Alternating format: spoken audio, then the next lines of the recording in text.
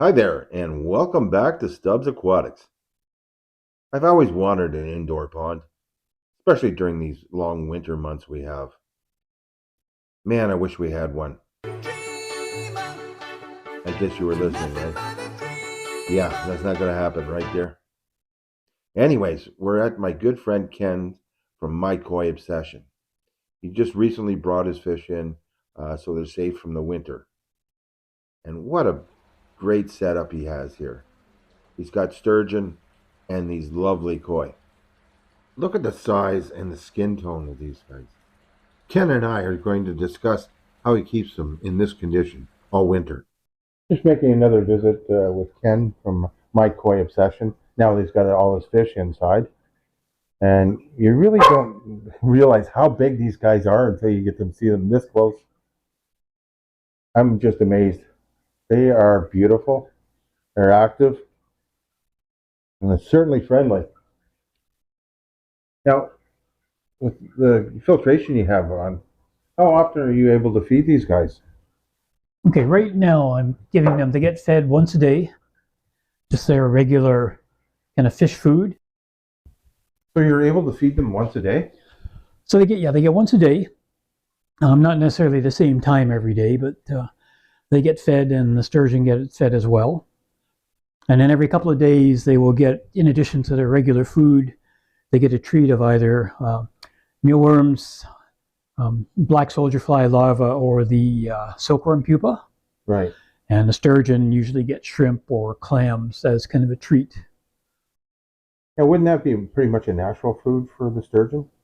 It is, yeah. They get sturgeon, well, they get sinking pellets as well. That's their main diet. But just to give them some additional food and everything, they get their treats.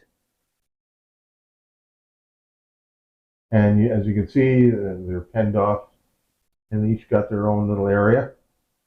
I'm sure the sturgeon are not happy now that the koi have moved back to town. Unfortunately, with the koi and the sturgeon being together, the sturgeon are relatively slow to find the food, and the koi are very fast to find the food. So when they're all in the tank together, the sturgeon miss out on a good chunk of the food. So that's why they're separated until next season when the koi go outside, and then the sturgeon have the entire pond again. Well, koi are definitely the more aggressive of the two for feeding.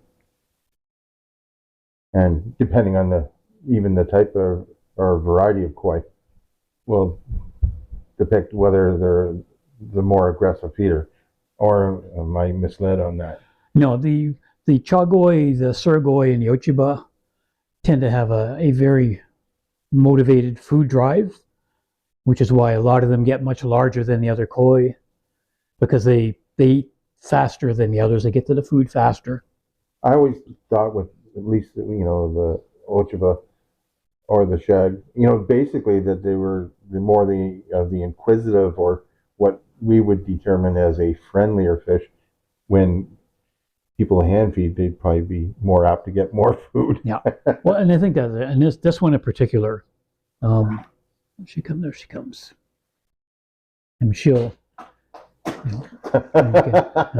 mean, that's the one. I mean, she latches right on there, and she's been doing that for years. Yeah, some of the others have come up, but she's the one.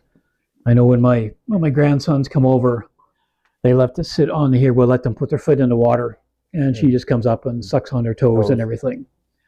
But yeah, she definitely is one of the first ones to the food every single time. She's not the biggest in the pond, but she's the friendliest one of the bunch. Yeah. Well, I'm always amazed at this spot, especially you're able to keep this many koi in this area.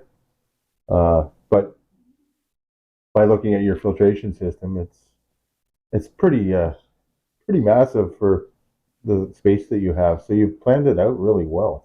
Yeah, I mean, I wish I had more space to have a bigger tank down here. Yeah. But I mean, obviously space is limited. I've got to be able to get to the cupboard where the hydro panel and everything is, and be able to move around down here. Well, that's why you have to stay thin to get through there. Well, exactly. Yeah, that's exactly it. Yeah. And it's homemade filters. I've been using it for years, modified them a few times. The big barrel on the end is a bio one. The one in the middle used to be static media. That's now bio. And the one on the far end is just the static media. And I'm toying with some different ideas to maybe upgrade or change the filters again a little bit. I think the big factor for having this many koi in this volume of water is just the regular water changes. And how often do you do your water change? Right now, because they've only been in here for about a week and a bit, I've been doing about 100, 150 gallons every 2 or 3 days. And how many gallons is it? Right now, there's about, at the level it's at, approximately 2,000. 2,000? Yeah. So. And the outside one is 5,000. Yeah. So this one, again, it's less than half of that one with the same volume of fish. Yep. So so the water changes are key. Once in another roughly month when they've been in here for a while and everything's going well, then I cut it down to twice a week. That's why I was kind of surprised that you still were feeding, once a day. Yeah. I figured, you cut it back to every other day, but it obviously works for you, and you know what you're doing. They've been doing well, and again, the water, it's not difficult to do a change, and because I kind of do it based on the volume of the barrel, so that's how I kind of guesstimate how much water is being changed. I do have a meter that I track it all on when I'm doing a water change, and then I record that, so I can just kind of keep an exact eye on it. Well, I can tell you from being down here right now that, you would think in an indoor pond like this, and with this amount of fish, that it would smell fishy. It does not. That's why I appreciate that. It's just, I have a fairly sensitive smell, and you'd walk in, and I can tell you have dogs, but you would never know that there's an indoor pond. Yeah, and that's a lot to be said, because I think I keep my fish tanks pretty clean, but I can smell that I have fish. There's a fish room. Yeah. And down here, like I turn the vent off at the moment because it does have the fan, makes a bit of noise, but that's normally running 24/7. That one runs to help, kind of with humidity and so on. But again, it's just the water changes, doesn't take long, and just doing that, I think that's what helps keep as many fish in here as I have and keeps them happy and healthy. You ever figure out how many pounds of fish you have in this? No. I know. I can't imagine,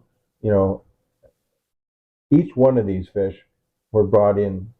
Not only did you catch them, but then you had to dry sock them and then carry them all through the house, then downstairs, and then set them up. Because I know the biggest one, the big chagoi there, I weighed her a few years ago. I haven't done it lately. I bought a sling, like a carp sling, right? Like carp fishermen use to actually weigh the fish. And I remember weighing her, and again, that was a few years back, and she was in around the 11-pound mark, I think, at that time. She's definitely still the biggest of the bunch, as you can see. I would think she's got. But I haven't. She's got to be 15 pounds. Yeah, it could be. I know when I move her, she's definitely the one that is more. I can feel it. Yeah. I mean, fortunately, with a sock net, all the water comes out. Yeah. So you're just carrying fish, kind of thing. But it's and the muscle is Yeah, I mean, some of them are very docile. Yep. And she and the Ochibo we're just looking at there, they tend to quite often when they're moving in a sock net, they tend to bleed from the gills. Right. Stressed. And I know the first time that I moved, I think her, she started to bleed. I almost panicked because I just didn't know what was going on. But within 3 or 4 minutes of being in the water, kind of thing, it stopped and she was fine. So now I expect that. And same with the Ochiba kind of thing. She does as well. She didn't this time, but she does tend to do that also. I know I don't catch my fish to measure or even scrape a scope. I should, but with my pond shape, I just can't. Right? It's too many obstacles, too many areas. Well, yeah, with all the land. Unless I netted it and then I could and half drained it. Like that's why I'm still surprised that you didn't drain your pond halfway to net them out. No, I'm saying, and the challenge would be, because the way the pond is built, if I drained it halfway down, unless I had somebody actually in the pond to sort of lift the fish up, I could never get them out of the pond. Right. So at least, kind of like in here, if I need to get one, I get it in the pen net, bring it over to the side, get it in the sock net, lift it out. So you're only lifting it, like maybe 6, 8 inches or whatever it is there. Right. The same outside is basically lifting it just over the wall outside and then into whatever container they're going into, or just carrying them right down here. But if the water was down like halfway kind of thing, there was no way I'd be able to get them out of the pond myself. Not that size. They're huge. Yeah, they've all grown very well. I mean, some didn't grow much this year. Some did put some more size on them. But I mean, when you compare them to some fish that you see on YouTube, especially from the Japanese breeders, I mean, these are tiny. Oh yeah. Yeah, I visited a fella a few years ago in Toronto, and his entire backyard was a pond. I mean, quite literally the entire backyard. And he had koi in there that made these look like guppies. Yeah. They were huge. You know, when you have a 15-pound fish that looks like a minnow compared to other fish, there's some size envy here. Yeah. And I know there have been a couple of videos recently of some of the people from the UK have gone over to Japan with well, you've actually been there. So. Yeah, I was there long time ago. They didn't have the same sort of quality of fish at the time, because that's going back into the early 70s. Right. So they didn't have the quality, they didn't have the size that we have now. It still would have been neat to meet some of the breeders and talk to them. And there's generations and generations of knowledge, right? Yeah, part of the challenge when I went is I went with a group of people from the British Koi Keeper Society, and we had interpreters with us, and we would go to the various farms to talk to some of the breeders. But the interpreters did not know anything about koi. Oh. So we would be asking them a question in English, and they would have difficulty translating it to Japanese because they didn't really know what we were asking. Because they didn't speak koi. Because they didn't speak koi. That's the way to put it, yeah.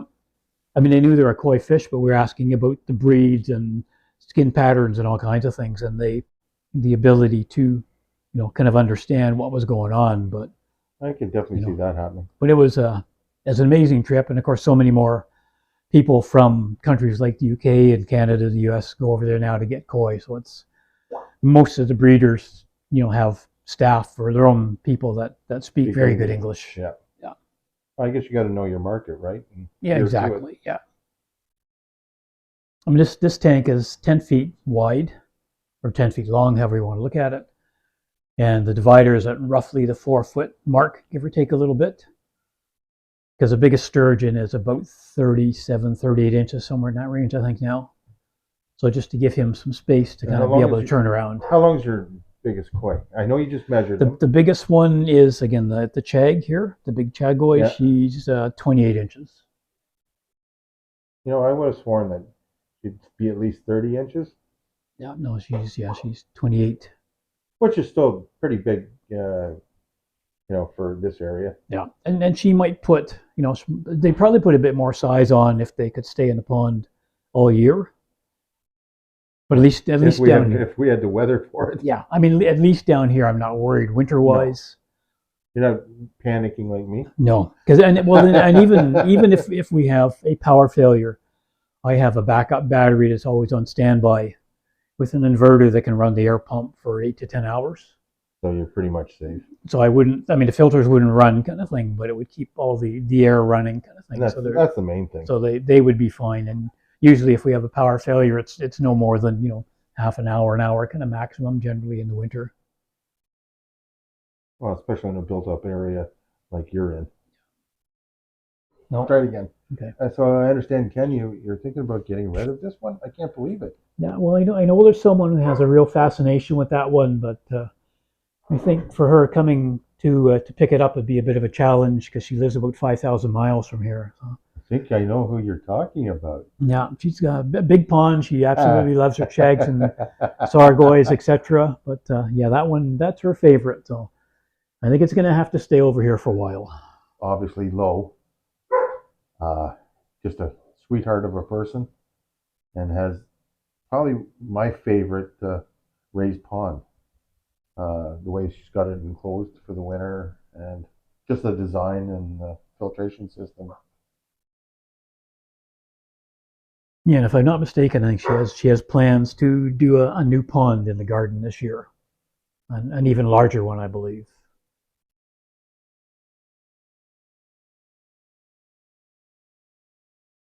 Yeah, it is a beautiful fish. Just big enough to fit in the tote I brought. So sorry, it's coming home. I wish. So what treat are you giving them now? Okay, so right now they're getting it's freeze-dried soldier fly larvae and freeze-dried mealworms, let's say. And actually, I had a delivery today from the place I get these of the silkworm pupa. Yeah. So they'll be getting that in the next 2 or 3 days. I'll get some of that. So I like to try and kind of mix it up for them.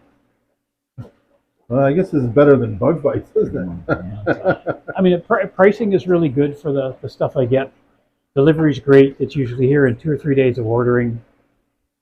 Yeah, like everyone else. I would imagine they get bored of the same old, same old. Yeah. And I've been doing this for quite a while now. And they do get, again, they get peas as well. That's about once a week. They get the peas. Occasionally, I'll give them rice. On occasion, I'll throw in a few handfuls of Cheerios. Yeah. You know, just so they've got something to kind of munch on as well for the greens. And just the Cheerios are more a novelty thing for them. But yeah, and like I say, and that's why the sturgeon get the clams and the shrimp. This is a change and a treat for them as well. Well, I wanted to thank Ken from My Koi Obsession for having me over again. What a great guy. What a great system. Thanks so much for having me here and giving me the tour again. No, you're quite welcome. Yeah, so the koi will be in here now until next April or whatever, depending on the weather. Yeah, I'm hoping mid-April would be nice. Hopefully, yeah. And then they get moved out 2 or 3 at a time again, just to allow the filters and everything to kind of get cycling and get everything caught up. Yeah, once all the koi are outside, the barriers come down, and the sturgeon have the whole pond again. Chris had asked me because he's down the last time for some Java fern. And I'm not really a plant guy like he is, but this has been growing beautifully, so he's taken some of that with him.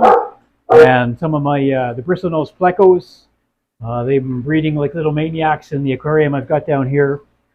So he's going to take a trio of those home, and hopefully longfin too. And calico bristlenose plecos.